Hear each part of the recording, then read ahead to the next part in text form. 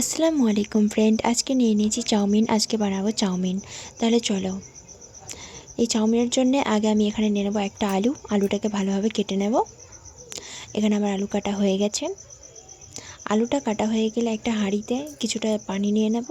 তারপর যখন হালকা উষ্ণ মতো হয়ে আসবে তখন এর ওপর থেকে দিয়ে দেব চাউমিন।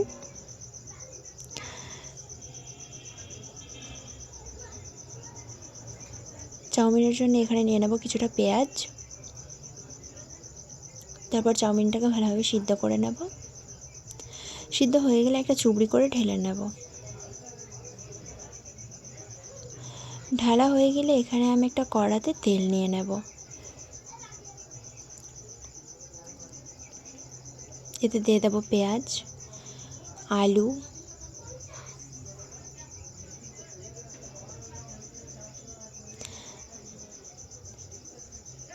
তারপর এটাকে ভালোভাবে নেড়ে নেব। এর ওপর থেকে দিয়ে দেব লবণ, হলুদ গুঁড়ো,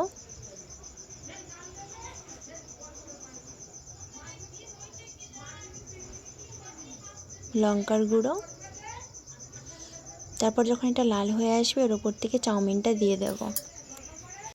চাউমিনটা দিয়ে দিয়েছি। তারপর এটাকে ভালোভাবে লাল করে ভেজে নেব। তারপর দিয়ে দেবো একটা ডিম।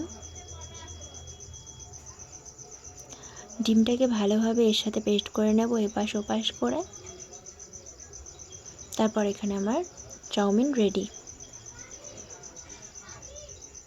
তোমরাও চাইলে এইভাবে বানিয়ে দেখতে পারো, খুব সুন্দর হয়েছে চাউমিন।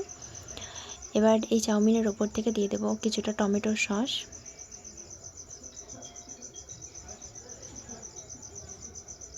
একদম আমার চাউমিন এখানে রেডি।